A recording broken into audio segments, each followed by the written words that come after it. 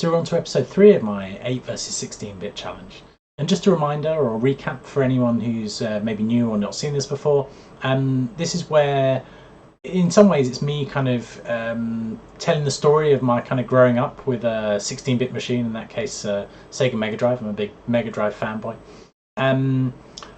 But interacting with guys and trying to get some back and forth in terms of people being able to share their experiences with 8-bit games, which pretty much passed me by. And as someone who has an interest in video games generally and the history of them, you know, a chance for me to try out some 8-bit games.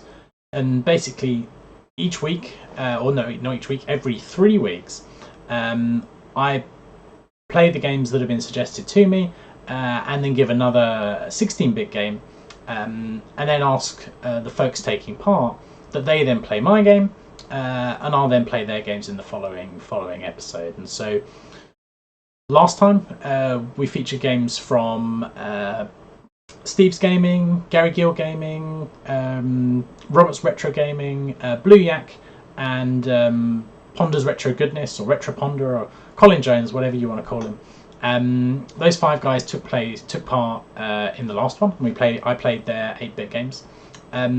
All of those guys, you know, big thanks to those guys, have taken part again. All put out videos in the last few weeks, playing my game, which in this case was Mega Games 1, a compilation of 3 games on the Mega Drive, and we'll come back to that in a sec. And they then have suggested 8-bit games for me to play. We've got 4 games on the Commodore 64, and 1 on the Atari 800 from Robert, who's a big Atari fan or grew up with an Atari, and so that's definitely the right choice of you know, things where people have got nostalgia for the games. My choice was Mega Games 1, so that's a compilation, a kind of budget compilation. I got my Mega Drive in the Christmas of '93, and it was bundled with the console, and so that console, or Mega Games 1, had Super Hang-On, it had World Cup Italia 90, and it had Columns. And of those 3, Columns is by far my favourite of those games, and I will happily play that for hours. All the guys played those games, and actually the consensus was pretty similar between them, and similar to mine as well, apart from Columns maybe. Super Hang-On, I think most people recognised that was a quite nice port of the arcade game, but without all the, you know, without the bike and the handlebars and things, it kind of leaves the port. You know, the game itself is maybe slightly lacking. What was good was actually, you guys pointed out that there is a turbo button, which I mistakenly thought there wasn't when I put out the video last time. What was quite nice is Blue Yak. He put in some Amiga comparisons, so he put a nice Amiga, you know, comparison of Super Hang-On port on the Amiga. I think generally the Mega Drive port looks a little better than that.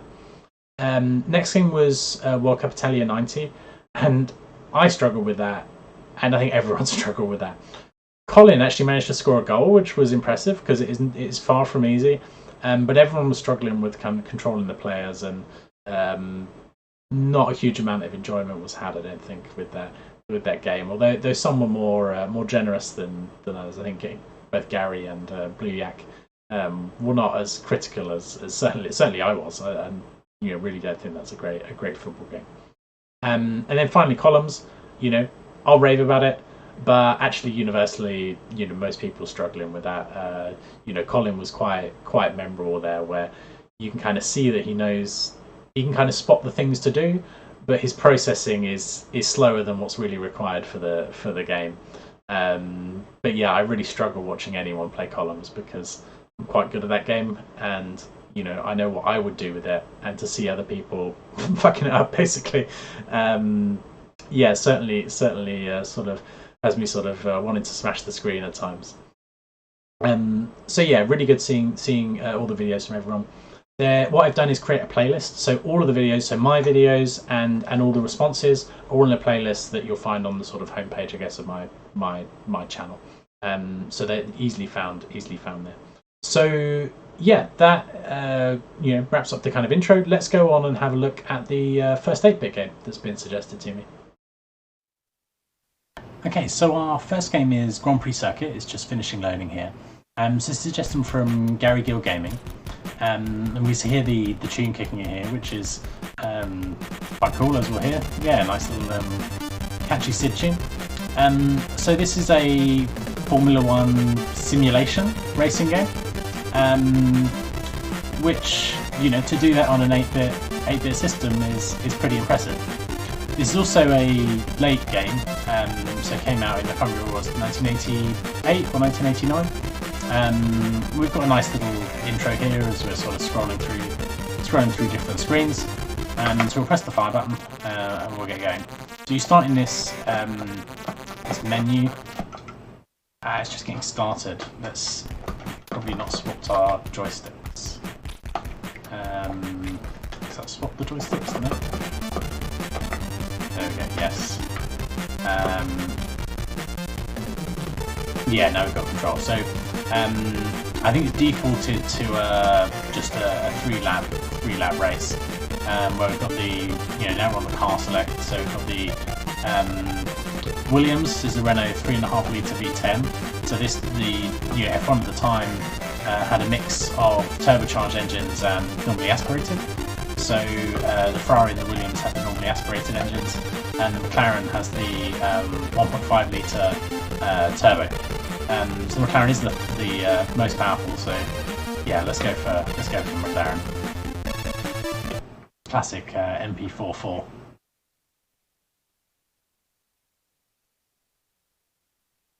Just little screens like that, I think they're quite nice.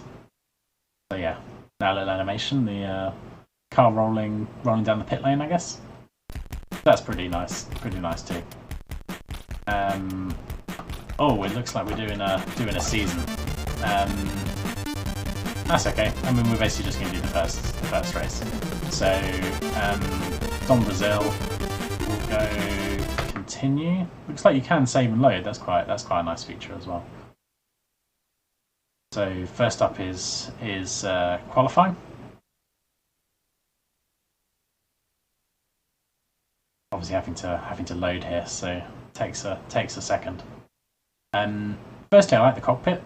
It's quite nice. It's detailed. We've got ignition and fuel. We've got a sort of RPM gauge in the middle, oil pressure, I guess that is, and another nondescript gauge on the. So I thought it crashed. So I think it's up to accelerate, which, you know, on the Mister, I probably would, remap to a button, but we're going to play it as if it was, as if it was, 1988 or 1989, whatever it was. So firstly, I mean, look at this. Like, this is running on a Commodore 64, and we've got a not terrible representation of a 3D world. With the track kind of scrolling nicely, reasonable sensation of speeds, the kind of grandstand in the background, moving as well as you turn. That's quite nice. Obviously adds to the sensation that this is a 3D environment.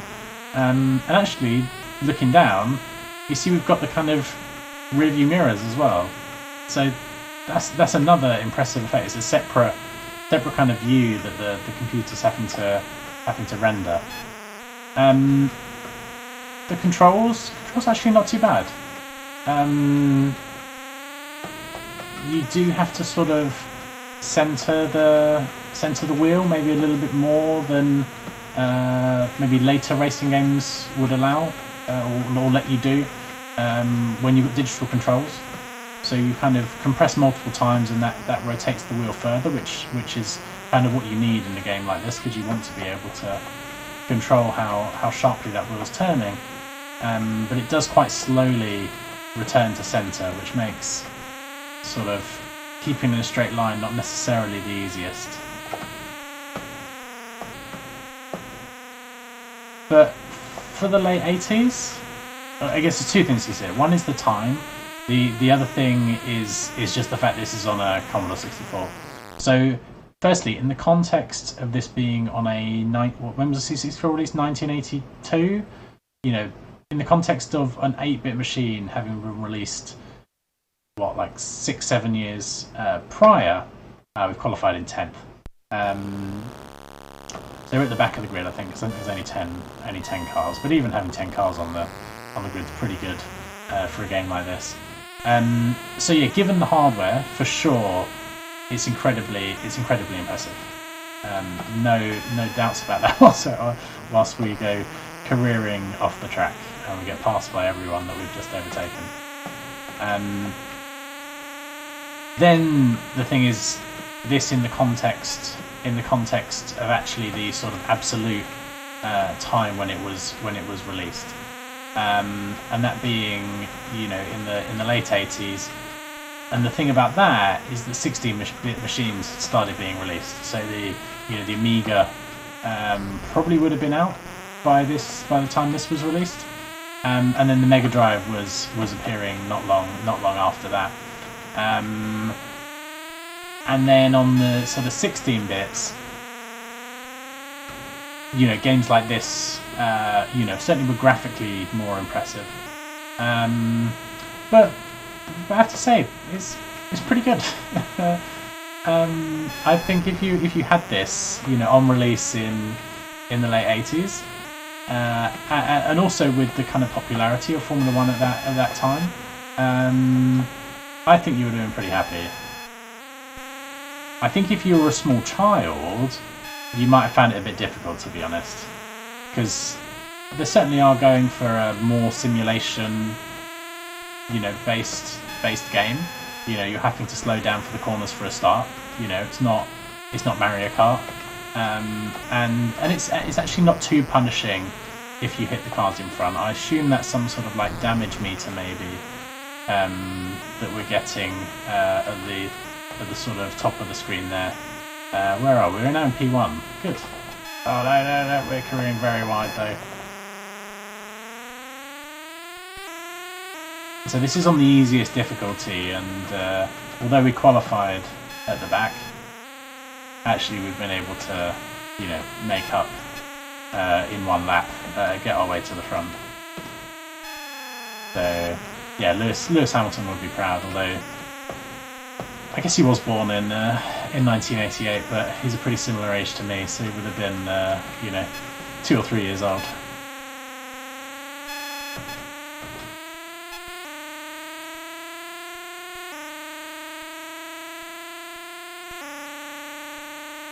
Yeah, no, I'm liking this. The other problem for a game like this, you know, at the time, yeah, pretty impressive. The other thing is that these games probably haven't aged that well, right? You know, when you're doing a simulation, literally the better the graphics are, the more accurate the physics are, that generally makes for a better game, or a better simulator. An arcade game, however, you know, obviously sort of stands the test of time. You know, something like Outrun was a good game then, and it's a good game today.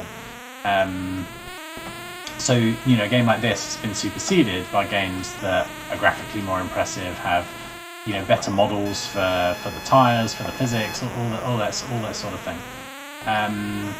So, you know, it's not like, you know, I'm going to bin my modern racing games and go, yeah, I'm just going to go play Grand Prix Circuit on the Commodore 64. So yeah, I think this one's an interesting one, and it's all about the lens in which you look at it. So I'm gonna view it with a generous lens, because actually, if I had no other games to play and I had a Commodore 64 and I had this, I would not be disappointed. I could play it for a period of time. I probably would do a season, in 2022, and yeah, there's enough kind of challenge here for it not to, not to age too quickly, I would say. Because with games like this, it's all about, you're always chasing lap times. You learn the tracks. I don't know what frame rate it's running at, but it's it's obviously a little bit choppy, but it's playable. It's not so bad. It's not like hard driving and some of the ports of that. Can't be too far from the end of our short race. There we go. 3 laps done. End of race. We won it. Super impressive, I would say, for the Commodore 64. And we'll leave it like that. If I had this back in the day, I would have enjoyed it. So yeah, definitely a hit for me. So yeah, let's move on to the next game. So next up, we've got a game from Robles Retro Gaming, and once again we're on the Atari 800, and that game is Rainbow Walker. I'm loading it basically from scratch here because I quite like the fact it just says K.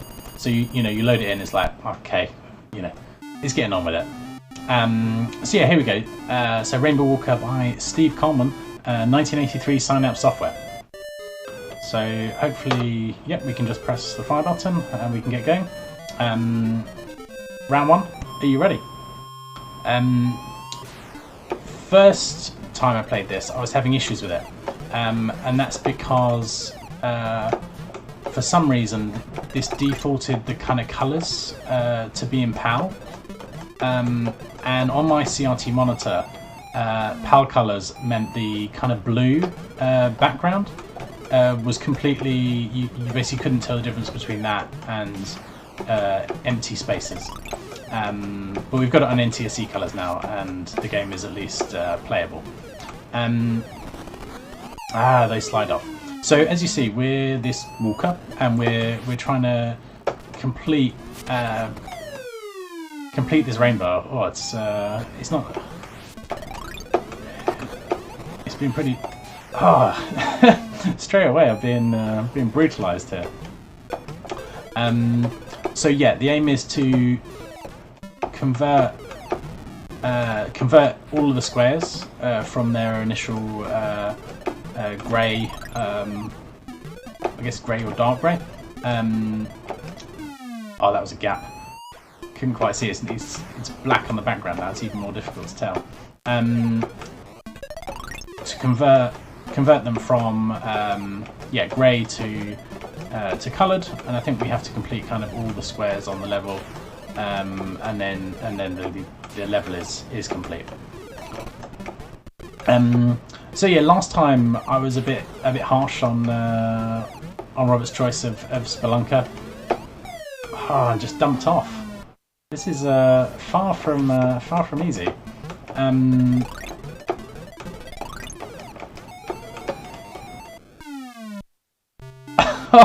That's all our lives.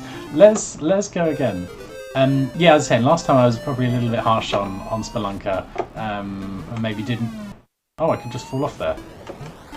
We're gonna have to go. I guess I see. You can press the fire button and jump off if you've been kind of picked up, so you don't have to just wait until you're dumped off of the. Okay. So those hashed ones are spaces. So we're kind of working the rules out as we go. The hashed ones fall away when you step on them. So yeah, I was probably a little bit harsh on Spelunker last time. This though, we're just taking it away to the mountains. This is really, really difficult. Why is it so hard? Yeah. Oh, I thought we could jump off that, and we were gonna stay on the. Okay, managed to stay on.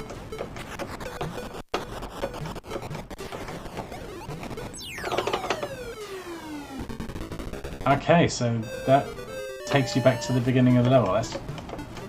That's really. This game is pulling no prisoners. Taking no prisoners. That's the one, isn't it? Pulling no punches.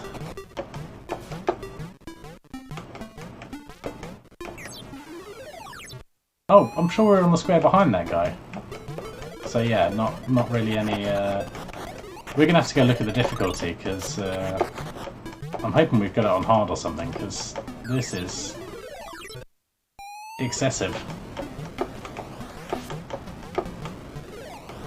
Okay, so we've coloured in that section there. Okay, we managed to jump off of the... And you can't jump off of that. Ah, it just felt like that was almost out of nowhere.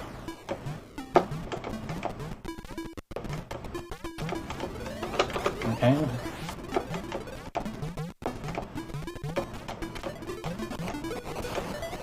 That's what...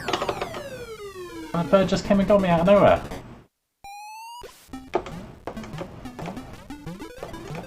I'm sure when I saw Robert play this, he was not being brutally assaulted by the enemies the way I am here. That bird's come back, let's get out of his way. And that bastard's changing back my rainbows.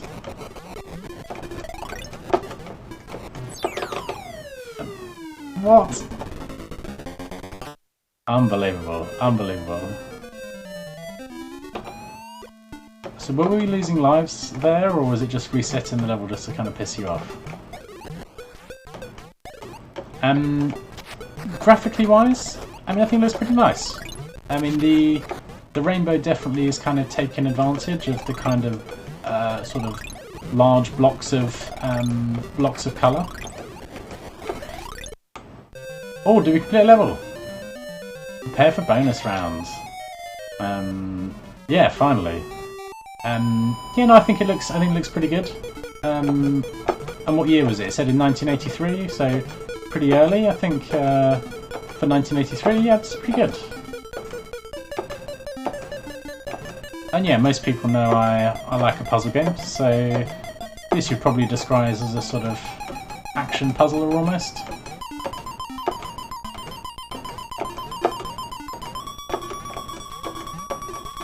Speeding up. Oh no! Ah, nice little bonus there. And we're now collecting our coins.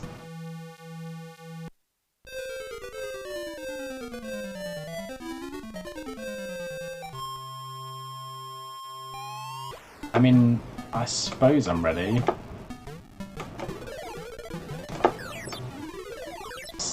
Yeah.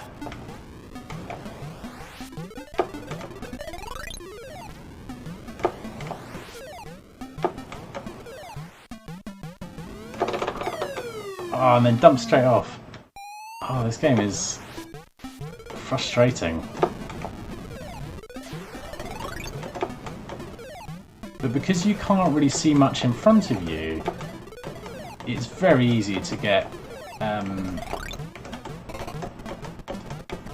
Oh, did that pause things? Yeah, it's very easy to get caught by an enemy without really knowing it's there.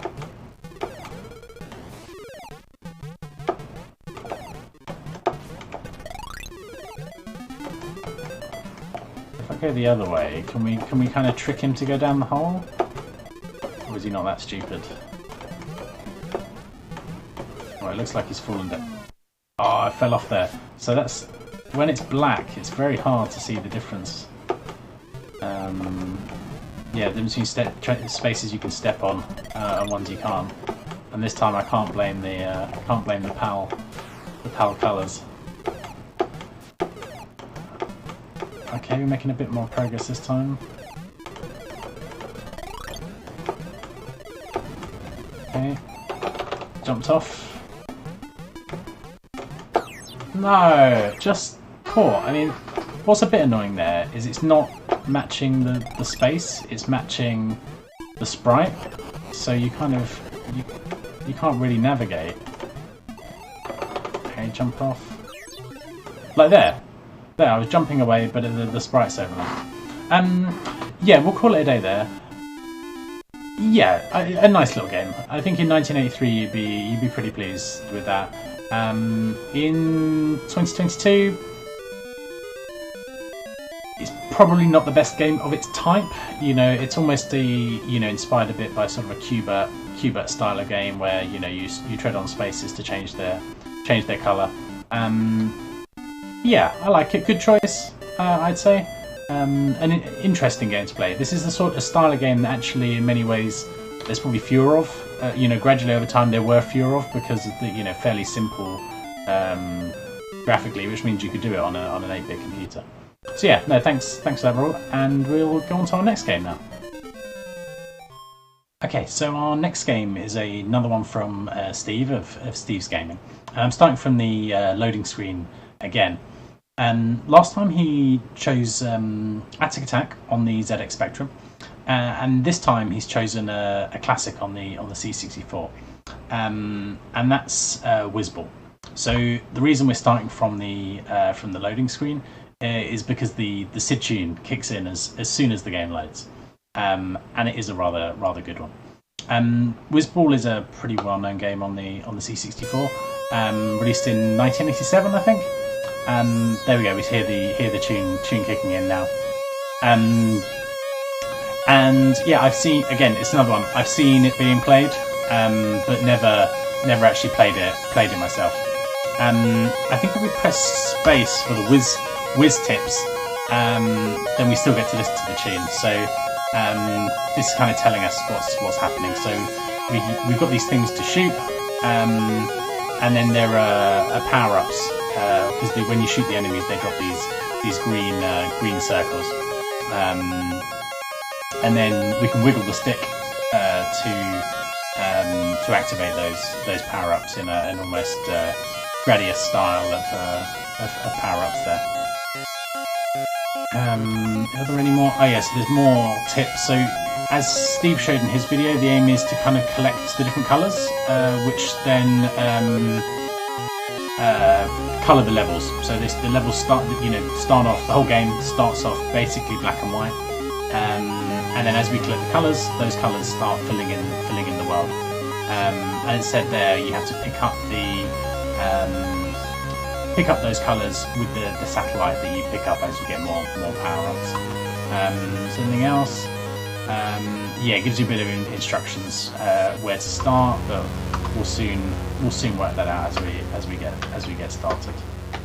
Now one of those was there we go. Got fine. So when we start, all we can do is spin the ball. We need to be able to kind of also pick up the power-ups, which look like they're they were disappearing when we went off screen, so we've got to kind of slow down a little bit. Hopefully find some more enemies over here. But yeah, the controls at this point are quite clunky. Let's get a little bit of a roll on. Is that an enemy? No, that's not. Oh, we've gone down the hole. I'm not sure we meant to go down the hole.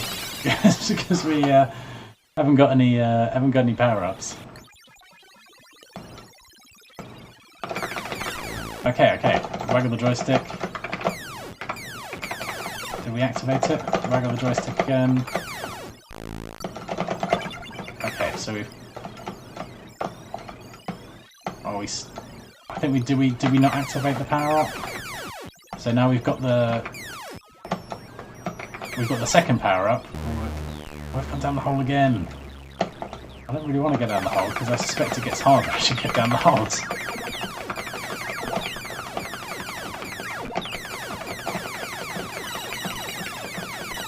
All I can do is bounce and roll. There's an enemy. Oh, we died. I feel like we should maybe start again because we've made it harder than it needs to be, and for someone who's basically never played this game before, it's a bit unreasonable. And now we're stuck. Come on, just slow down. No.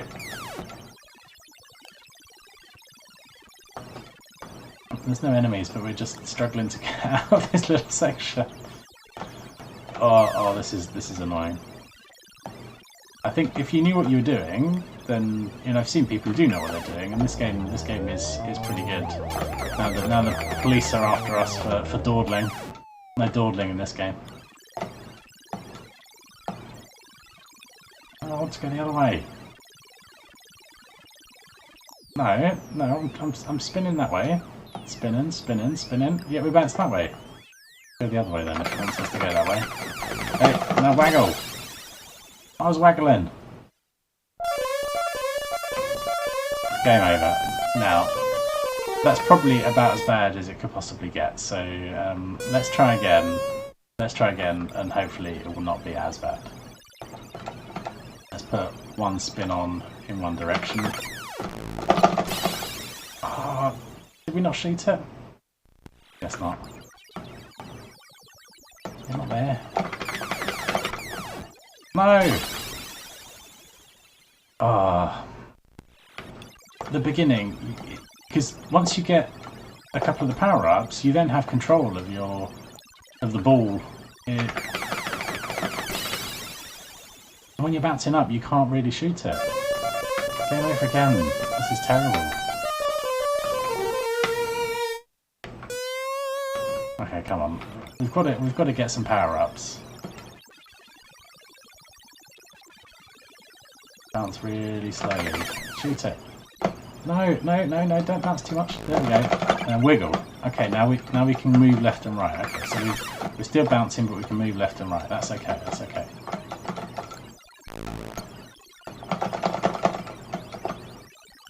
Did we activate that power up? Why is the wiggling not working? No, I don't want to just keep going down holes. Surely I'm supposed to wiggle and then get up and down. That's what that is, isn't it? It's flashing.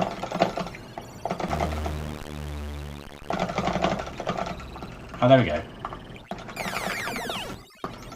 So the wiggling is quite insensitive. But yeah, now we can move left and right and move up and down.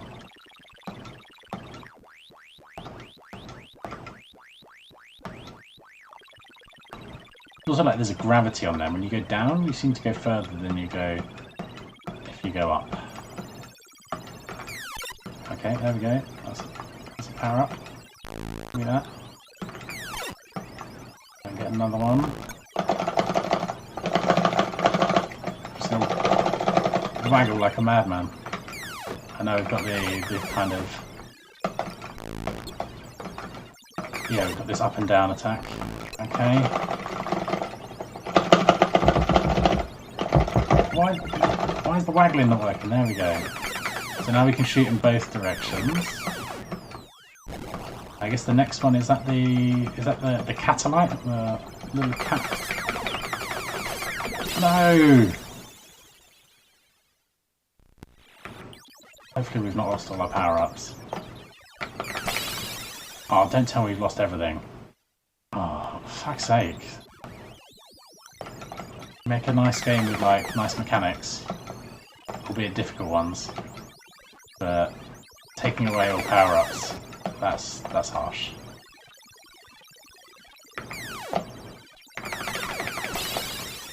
What am I supposed to do there? I don't understand. Yeah, I don't know if I'm getting, missed something there, but it's just really hard. Like, why is it so hard? Let's go one more time.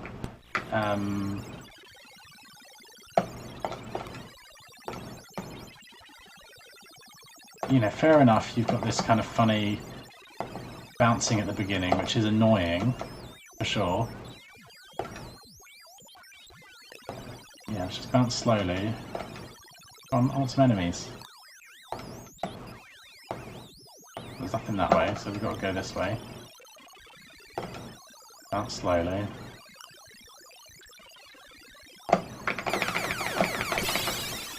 But because you're bouncing at an angle, but you can only shoot left and right.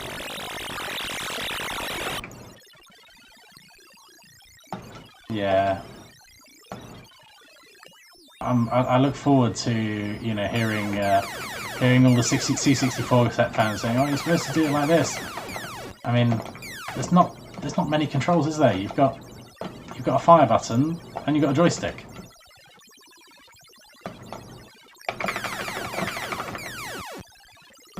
Okay.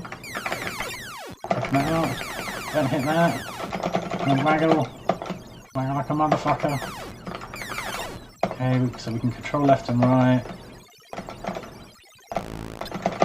There we go. Okay, so we can move. And the thing is, this is such a kind of classic and well, you know, such highly regarded game. I did want to kind of do it justice and not go, oh yeah, this is shit. Which arguably I did with the Spelunker. There we go, that was enough waggling. So now we've got a bit more attack. Okay, okay. I assume the fact that the enemies have changed means I've kind of got most of what's available on that level. Don't know if that's the case or not, but I can't pick up these things without the cat satellites, so I need a bit more upgrades for that. Go down again.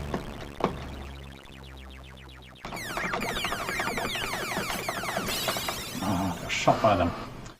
And if that's going to nick on my power-ups again, oh, for fuck's sake. I suspect I'm done with this. Okay, okay, okay, okay. And then smash again. No, done with this. Cool concept. You spend lots of time getting used to it. There's probably a good game in there. As kind of someone coming at this, never having played it before. And if you were a child in the 80s when this came out, yeah, you would have just been destroyed. You basically would have put the cassette on, you would have listened to the music here and just been happy about it. Yeah, I don't know. I actually am disappointed. I was hoping, given its, how well sort of bigged up this game is, I was hoping it would be better. Yeah, so a bit of a disappointing one there. Sorry, Steve. Yeah, let's go on to the next one. Okay, so here's our next game. So this is a suggestion from Blue Yak. So still on the C64. As yeah, I know for sure that Blue Yak is a big C64 fan. And this game's Forbidden Forest. Again, game I've seen Alan play it. I've probably seen Dave play it as well. Charlie Farr, that is. And yeah, another well-known game. Now, how do we get this one started? Do we need to swap joysticks maybe? Let's swap joysticks on the old. Did that swap the joysticks? Yes. Okay, well we're doing a dance.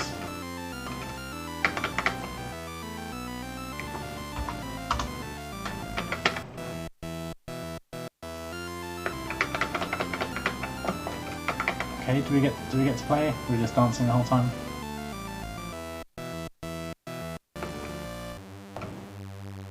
Okay, the game is actually started now. I kind of thought it was broken. Oh, we shot a bee. So yeah, we can kind of. Oh, we shot another one. I played this earlier and I shot one and just did not know what I was doing. So yeah, the game appears to just basically start. You do a dance, and then the game gets going. Oh, how do we miss that? So yeah, so we can move. I don't quite fully understand the things going up and down the screen that we can control with up and down. Does that control the sort of height? Because the shot doesn't look any different. That's the issue that you have. So is it up there? Can we? No, we missed that. That was just a mess. So yeah, you press fire to get a bit close to my liking. Yeah, you press fire to reload your bow with another arrow, and then fire again to fire. Get that bee. I mean, if you're shooting bees with arrows, they're big fucking bees. So yeah, if people haven't watched Blue Yak's video of kind of introducing this game, I'd really recommend it. It was one of the first games I think it was the first game he ever played. He mentioned. Oh, it's quite easy to kind of reload and just fire, because I think when it fires, it goes back to vertical. But yeah, what Blue was saying, it was literally the first game he ever played as like a five-year-old child, and it basically scared the shit out of him as a small child. You know, with being in this forest and the monsters chasing after you. Despite the blocky graphics, but yeah, I can well imagine that as a kind of small child being freaked out by this game. How did that miss? And yeah, for example, the opening tune's pretty creepy.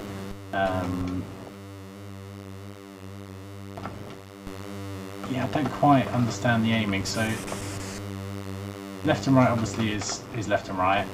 Up and down, these things kind of come up and down the side of the screen. Is that okay? So I moved it down. I did actually hit that one that was further down the screen. So maybe you just have to kind of line the two up. It's not really the most intuitive of things. It'd be much nicer just to have a crosshair, I guess.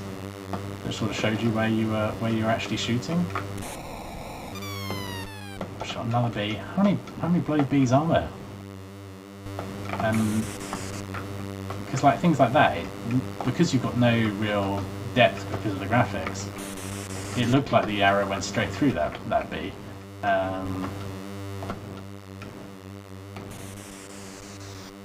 But yeah, you have got a limited supply of arrows. Those are the kind of brown blocks at the bottom of the screen. No, wait, how? Oh, we got it. That was definitely more luck than judgment. I think we just have to shoot as many as there is, and then eventually the level will be complete, I'm hoping. Okay, let's get it down towards us. And we shot it. Okay, can we go the other way? I mean, graphically, this game, let's just wander around to see if there's anything else other than just the same forest and bees. Graphically, it's obviously basic, but the graphics, serve their purpose. I quite like the moon at the top there. No, B must be the other way.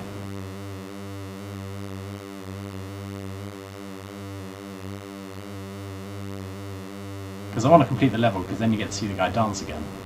I mean, I don't know why he danced at the start, he hasn't done anything. No bees? No bees? I'll just wait. Okay, yeah, if I wait, the bee just appears out of nowhere. Very slow reloading the arrow. Oh no, we didn't hit it. Quick, quick, quick! Oh, surely that hit. No, that missed again.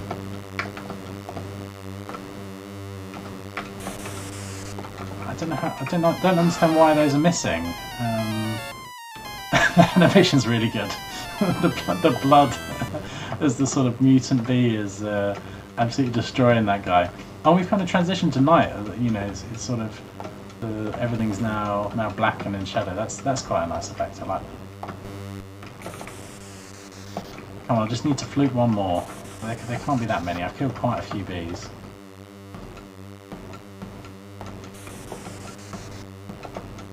And bees are obviously not known for their numbers, so.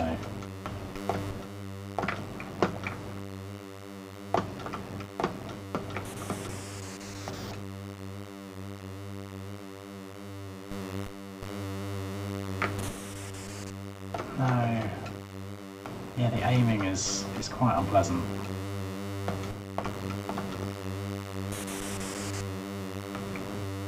Just doesn't seem to make sense. I accept that some of these I'm just straight missing, which is fine. But it's not really showing me how I should be aiming. And when I hit, I don't really understand why I hit.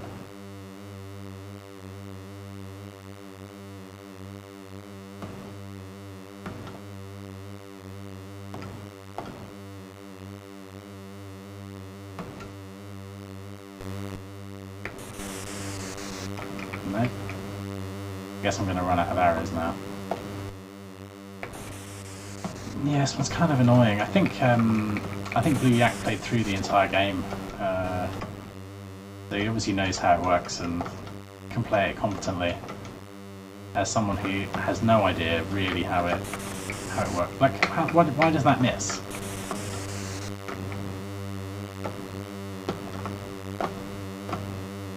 We bring it close, and that misses. I just don't understand how what the mechanic is. Doesn't seem to make much sense to me. And we've run out of arrows. So I mean, good job the guy danced at the start when I thought the game was broken, because that's the only time we get to see him dance. Because between the levels, he dances each time. Actually, let's just start a new game, just so we can see him. Oh, we go straight into another game now. Okay, so rather than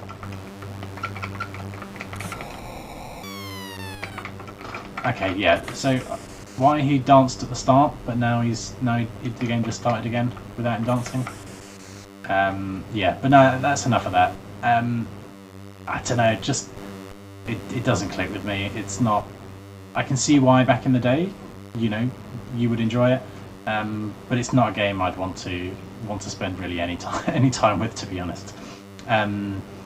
So yeah, that's another one down. On to the next one. Okay, so this is our fifth and final game. This one from Colin Jones, who's going to have to go by the name of Lazy Jones now, so this is the game on the C64. So yeah, let's press fire, 5 lives, then press fire. So this is a game about a guy playing games. I think so. So you play as Lazy Jones, and he basically wanders around the office, going from room to room, finding computers in those rooms, connected to, I guess what's displayed as massive screens, and you play these kind of mini games. So after I'd set Mega Games 1 last time, Colin thought, okay, well, let's choose a game that's made up of many mini games, or has multiple games in it, rather than just one. And so that's what this game is. And this has to be a pretty early example of this kind of style of game, I guess. The kind of game of mini games is one that many games have kind of done since.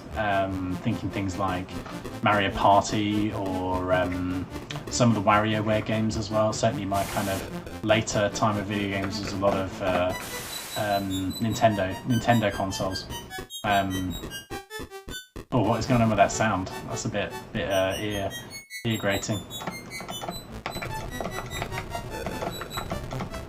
I remember playing this in my little test, and what's quite funny here is you scroll the screen and your shot scrolls as well. So yeah, we've got another flavour of a vertical shmup here. This time with the sort of UFOs coming down, and you've got a kind of, I guess, moon-based craft. Oh, a bit of an annoying one, to be honest.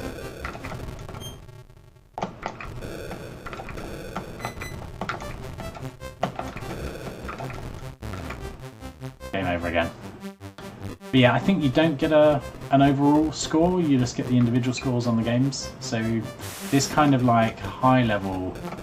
okay, so up jumps. Can we jump over that? No. Hey, we jumped it. Okay, another office. Okay, let's try this one. Jaywalk. So we've got a game over. So we got a Frogger style game after a couple of shoot 'em ups, or fixed shooters they are. Oh, that's a bit harsh, isn't it? Come straight out of the room and get hit by the. Let's try and do another jump. No, that jump is pretty tight. You'd think they would have. There's like no need for that jump to be so difficult.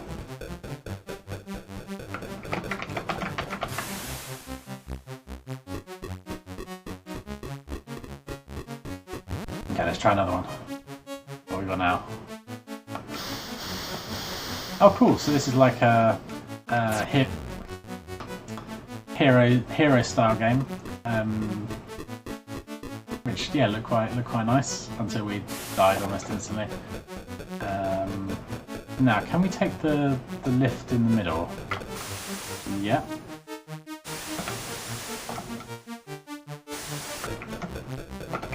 Let's go back in the lift. Because yeah, that guy presumes like, you know, your boss, and you're trying to avoid him.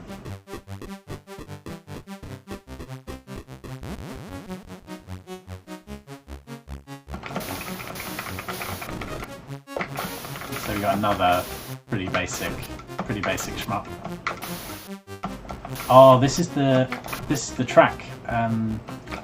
So Colin in his video mentioned around a kind of legal case, because this tune, which when I heard it, I was like, well, I recognise that tune. And the thing about a lot of these sort of you know, many kind of C64 tunes, you know, obviously lots of original pieces, but when they are using it, you know, usually they would use another tune, and because it's a computer game at the time, didn't really get into any trouble.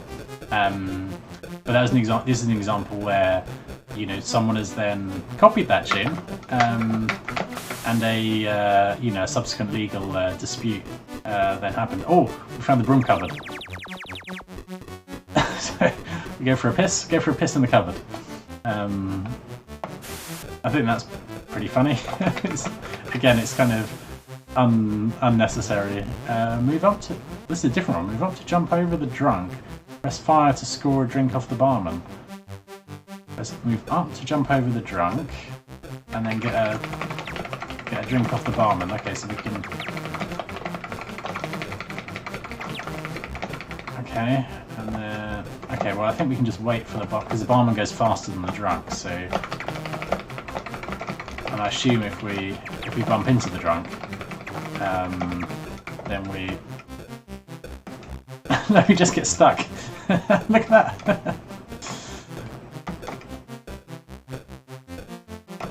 Yeah, I mean, because famously, drunks are particularly difficult to jump over. You basically can just completely harass this drunk man. He's just having a good time walking up and down the bar, and you can just jump on his back, jump on his head.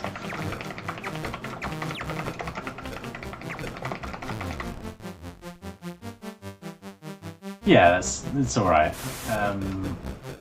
I guess the thing is, each of these, you know, someone has gone and made all these little mini games, and they go, well, how can we turn all these little proof of concepts into an actual? I don't know what that was. Was that supposed to be like a snake, maybe? And we crashed on ourselves. Yeah, not sure what that one was. Can we jump the? No, we can't jump that guy, and that's game over. Yeah. Firstly, what I like about it, I like that there's a good bit of comedy there, because yeah, that certainly adds to the experience. The mini games themselves, I guess it's good that there's a decent number of them, because each of them alone are not the greatest of games. And we saw a few there. The SID tunes are quite nice. That's definitely a plus with the game as well. So an okay game. Is not one I'll be returning to, but it certainly put a smile on my face, which is you know, I have to say is a good thing. So that's our five games. So we had Grand Prix Circuit from Gary Gill Gaming. We have Rainbow Walker from Robert. We have Wizball from Steve. We had Forbidden Forest from Blue Yak, and now we've got Lazy Jones from Lazy Jones. What's my favourite game of this set? I'm going to give it a tie. I'm going to say it's somewhere between Grand Prix Circuit, which I thought was really cool, graphically extremely impressive. For the time, yeah, pretty decent racing game. I could definitely imagine spending some time with that. So that and Rainbow Walker, actually, I thought that was, you know, it was a bit on the hard side, but I think you could get used to it, and actually I probably, you know, would get used to it, and then actually gain quite a bit of enjoyment from it. Unfortunately, I was just kind of a bit disappointed with Wizball. If I've kind of not got the controls, you know, just not got it, then let me know. But yeah, not as good as I was hoping. I was hoping that was going to be the standout or runaway winner this time, as kind of Attic Attack was last time. So yeah, no, this has been fun, and thanks once again to the guys taking part. And if anyone else wants to take part, you know, more than welcome to have a go and send me some 8-bit games. So now on to my next 16-bit game. Okay, so here's our next 16-bit game, and this game is a Mega Drive classic. So we hear the tune kicking in here, and you know, we've had 4 C64 games, you know, suggested to me on the 8-bits. This is a game that's, you know, quite notable for its music, and this game is Streets of Rage. So this is a side-scrolling beat 'em up. In some ways, it's a clone of Final Fight from Capcom. You know, some might argue they were developed at the same time. My opinion's that you know, Sega saw things from Capcom and then you know, made their own version, but as a home version, not an arcade game. So this is a, you know, Mega Drive exclusive here. So let's hit start. So yeah, it's time screen, Streets of Rage, and you see that the, you know, Yuzo Koshiro, in terms of you know, doing the music, gets a specific shout out on the title screen. So yeah, let's get going. 1 player. So this is a game I got. We're gonna play as Axel because I typically would have played as Axel back in the day. So yeah, again we hear the tune kick in. Very fond memories. So yeah, first in terms of controls, so we've got 3 buttons on the Mega Drive, on the, you know, basic Mega Drive pad, A, B, and C, where A is your sort of I don't want to say special attack. It's like a bomb in a shmup. So you have a backup that comes and they basically clear the screen. It's a bit like the magic in Golden Axe. Yeah, B is punch, and C is jump. So we can do a sort of flying attack like that.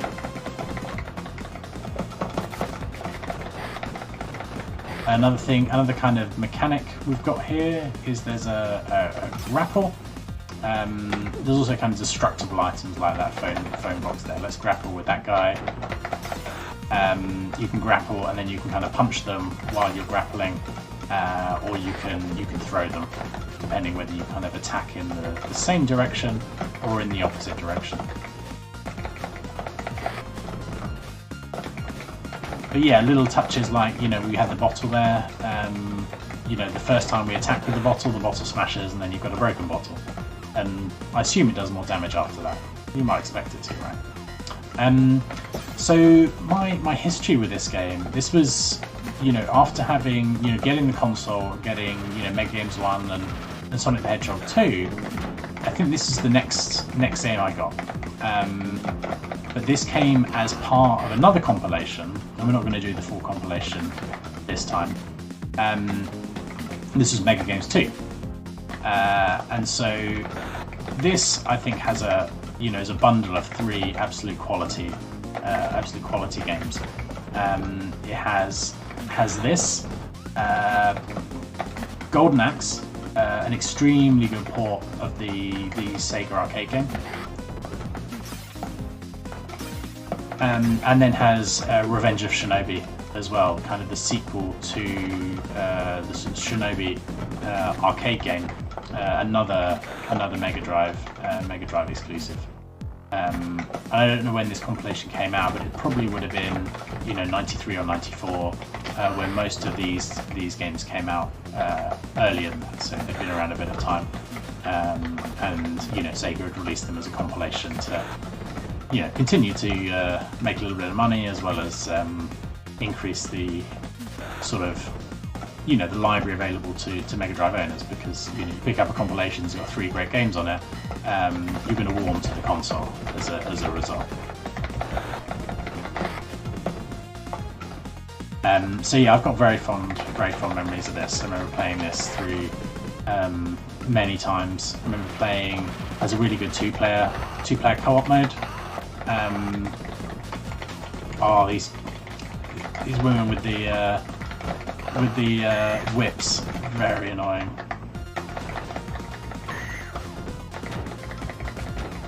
Oh, taking some hits there.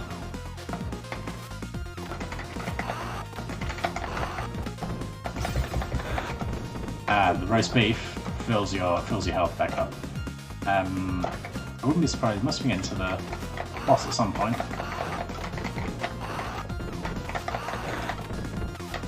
Just the flying kicks. Because the thing with the whips, they've got a much longer range than you, so.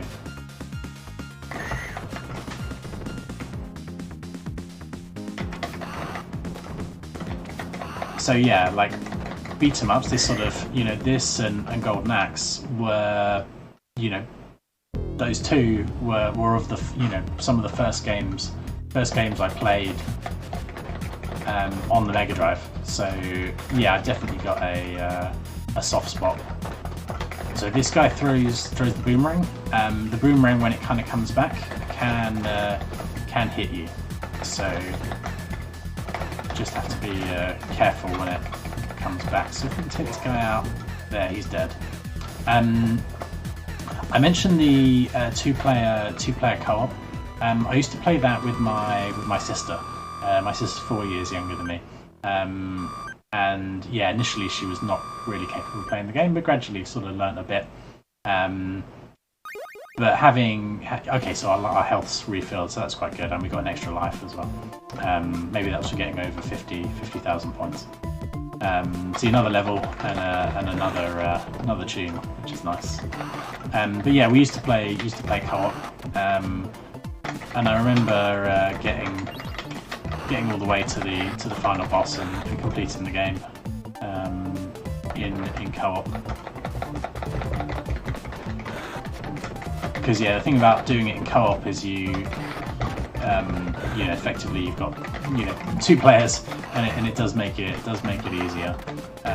The only downside of that is that there are two bosses every time you fight them. So rather than, you know, we had that boss a second ago, there would have been 2 of them with if you had 2 players.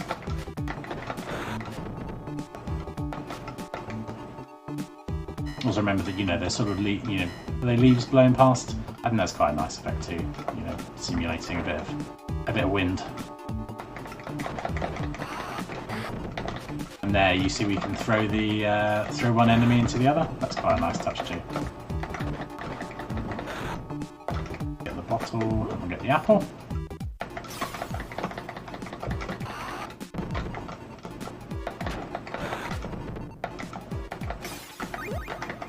That ice cream there was an extra life.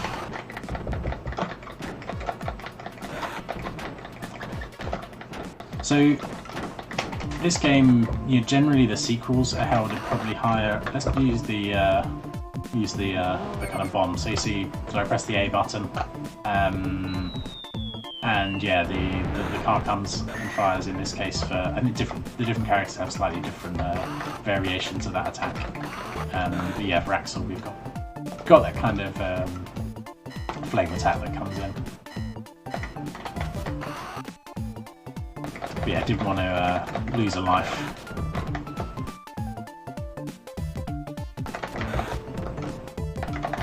The pipe is probably the best weapon because it's got the longest range. What could we do with the apple? Good.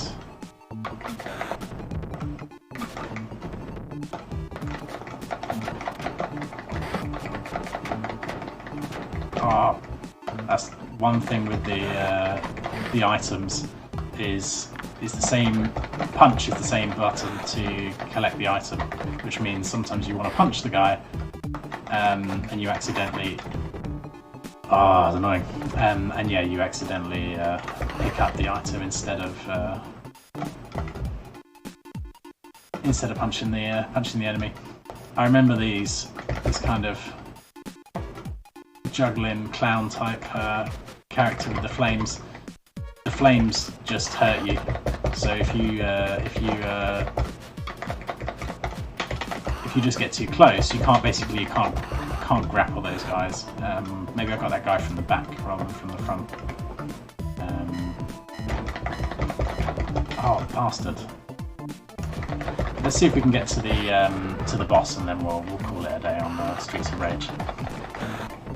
But yeah, as I say, very fond memories of playing this, but not really knowing anything about games more widely. So for me, this was just a fun Mega Drive game. Not knowing its relation to Final Fight, but having a bit of rival there, I think was probably only a good thing, right? If it sort of forces innovation, and this series, most would probably argue it got better with the sequels. I mean, for me, this is the classic game that I remember, so there's a lot of nostalgia with the original Streets of Rage, and so the others, although I did play back in there, I at least played 2. This is the one that has all the nostalgia for me, and the one I will still kind of go back to.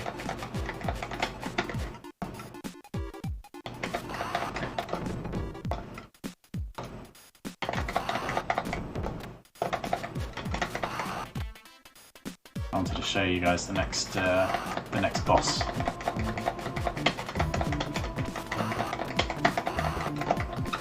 Oh, this guy's been a pain in the arse. There we go. Bugger off. There we go. Here's the next boss. So I think this is a guy with the claws. Yeah. So it's a bit of a kind of Wolverine from X-Men style boss. And certainly I remember when there's 2 of them, bit of a pain in the arse. Because yeah, the guy can move kind of vertically within the screen quite quickly, which makes your life quite difficult.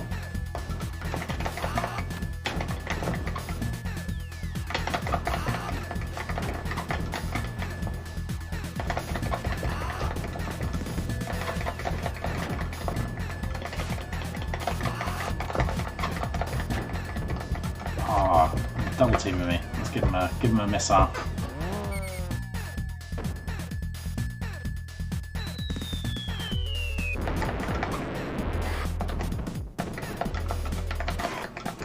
Oh, that's me dead.